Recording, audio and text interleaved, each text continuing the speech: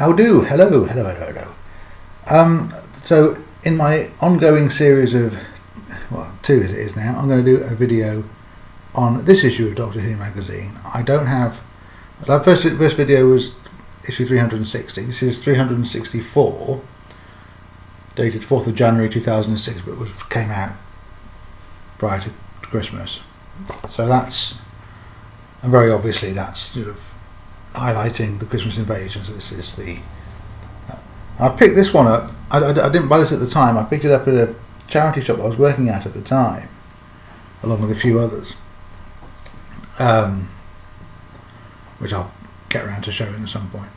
And this is, so I got this sort of later, a lot later on than here, so the impact of it wasn't sort of as felt at the time. But even so, I mean, this is a good, tells you what's on the interview with Stephen Moffat there.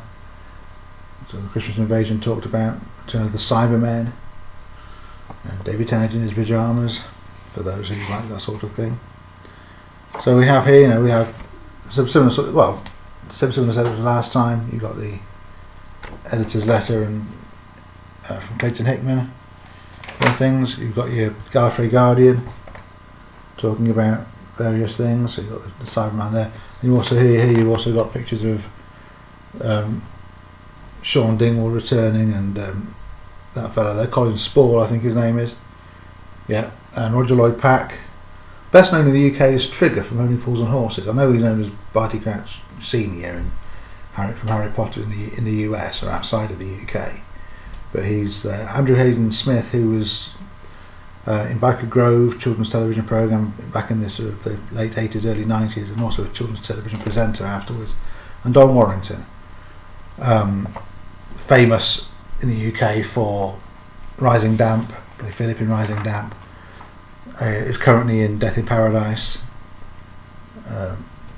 as the Chief Commissioner.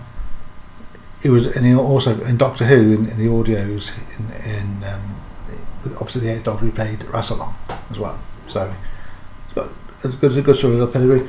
There's the Grask there, so highlighting Attack of the Grask. If you haven't seen that, there's a picture of Caroline Ford at the bottom there as well, and Beyond the TARDIS and that sort of thing. Is that from Harry Potter? I'm not sure. It seemed to be, yeah. That's from Harry Potter. So yeah. I have seen the films, but it was just a long time ago. They got this Gallifrey Guardian that continues all the way through to there. So a review of the Children in Need special, sort of between the Parting of the Ways and the Christmas Invasion. Matrix Data Bank again. And your letters pages, DW Mail. Last time I read a letter, there's not really anything worth reading here. Just a chap called Mark Hume who's annoyed that Doctor Who magazine has stopped being about not being about sort of analysing the history of the show, more about, you know, looking at the ongoing history, the ongoing sort of production of it, and that's annoyed him. But yeah, what does he expect, frankly? Interview with Billy Piper. This was first for Doctor Who magazine, it says here. So that's sort of images in there. And for those of you who don't know, there may well be some, is you've got, she was a pop star. There was a first, I think that's because You Want To, that was her first hit. There's a picture over there, in her pop star phase there. She was a pop star, wasn't she? She wasn't my cup of tea, I'll be honest, but you know, she was successful enough. And in fact, there's an interview here with her as from 1999 and 2005, so 6-year difference. 1999, yeah. So she's 6-year difference. And she's asked a series of questions that she was asked at the time, and she's embarrassed by some of the answers or whatever. You know, Chinese Favourite food, Chinese or baked beans on toast? That was 1999, Chinese food, obviously. And she says, in 2005, beans on toast, no question. So she's gone off the Chinese, she's gone off the chow mein and the spring rolls. That sort of stops. She's gone on to simpler tastes, which is fair enough. We should marry Chris Evans for goodness sake, I'll tell you.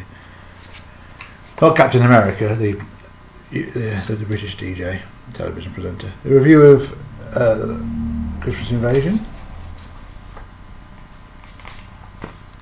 And the second part of A Groat's Worth of Wit, which is a comic strip. The final Ninth Doctor comic strip, which I have in the Cruel Sea graphic novel that I showed last time. So, advert there for Burton's, not the suit. Well, they're Burton anyway, the suit people, but kind of a Doctor Who thing.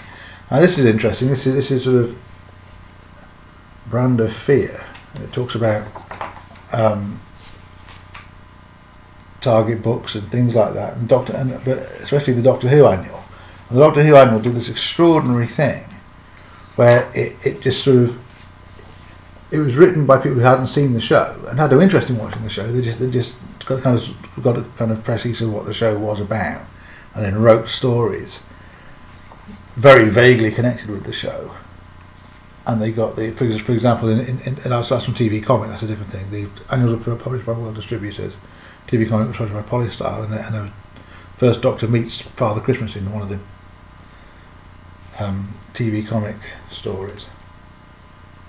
So it just goes into all sorts of other sort of things, and it basically is going. It explains how, where now in modern Who, the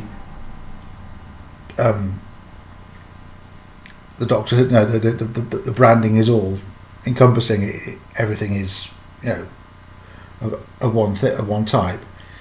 Back in the 60s, 70s, and 80s, it was all over the place. Anybody could do anything with it, and they frequently did.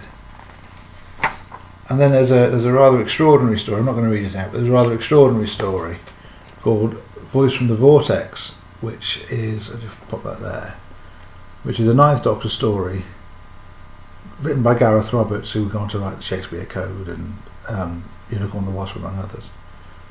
And that's Rose there. The idea being that the illustrations and the stories bore no resemblance to any of the characters at all. I mean, you don't have the Doctor here referring to Rose as my dear and things like that, which of course that never done with the Ninth Doctor. You got here the best of 2005 review, so the first year of Doctor Who's return, which is an interesting read in retrospect. It's there. Again, another Galaxy 4 advert there. And we have an interview with Stephen Moffat, the first interview with Stephen Moffat. Fascinating interview, really, especially taking this early on. One of his biggest problems that he had with I wish we'd used the right kind of tape recorder in The Empty Child, because the tape recorder that was used by the Germans, not by the British. So it was kind of a different thing, which was a problem. But yeah, I think that this is an interesting. Before he took over, it sort of kind of gives hints as to where he was sort of, what he was thinking about, and where he was sort of planning. Hypothetically, if he was going to be. So image from Coupling there is the fourth series of Coupling. So that's it. The picture there with his wife, Sue Virtue, whose mother, Beryl Virtue, was, the agent or in charge of writers, the ALS, the Associated London Scripts, it was called, which featured Galton and Simpson, Spike Milligan, Johnny Spate, and Terry Nation, among others. And Terry Nation, of course, wrote the first Dalek story. And Beryl Virtue basically helped Terry Nation become a millionaire by, making sure he retained the rights to the intellectual property rights of the Daleks. Unfortunately, the chap who designed it, Ray Cusick, only got a one-off BBC salary, but I probably should have got more money from it. But there we go. That's a different matter entirely. But yeah, no. But that's so Stephen Moffat has a connection to Doctor Who going all the way back, pretty much. There's the Time Team there, which looks at. This is the from the Key to Time season. I think, yeah, that's the Armageddon Factor, which saw the first appearance of Lalla Ward. There she is, as Lalla Ward in Doctor Who before she played Romana, the second actress to play Romana, and but she played Princess Astra.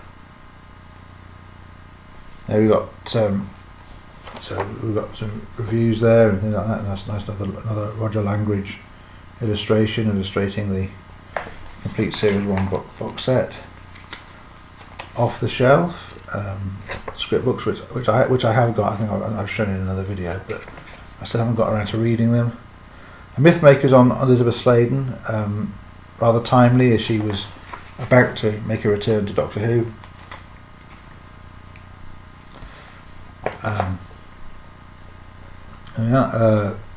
Books like World Game, which I've got, and The Time Travelers, which I don't have. Time Travelers is the first Doctor story.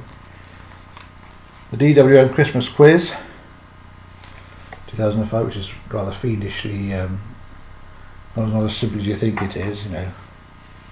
Unscramble the Doctor Who story titles. Pythagoras' 10th Wife. Rose Tell Mickey Eat Hat.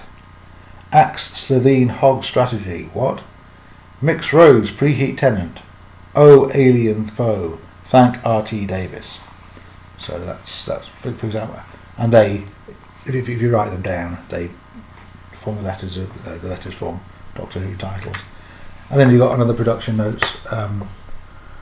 The first one where he's sort of doing his version of 12 Days for Christmas, and his one of the things when it comes to 5 gold rings, he just puts love that bit. No, but yeah, there's sort of hooray, it's me, haha, I'm back. 12 episodes ready, 11 months of counting, 10 kids are queuing, 9 hours of Frenching, 8 days of raining, 7 weeks of shopping, 6 pages filming, 5 gold rings, I love that bit, 4 facts are gleaming, 3 awards are winning, 2 eps are swapping, and a ferret in a Newport studio. So, a Dolly Clackwen, which is, I think I butchered the pronunciation, but it's as close as I can get. A Dolly Clackwen, which is Welsh for Merry Christmas. So, bottom there. So that's that, and that's that. So yeah, I don't know what to say about this one. It's worth getting. It's interesting. It's worth getting. I'm glad I got it, but it wasn't one that sort of I didn't pick it up at the time. So the first flurry of it, the first impact of it, didn't really sort of hit me.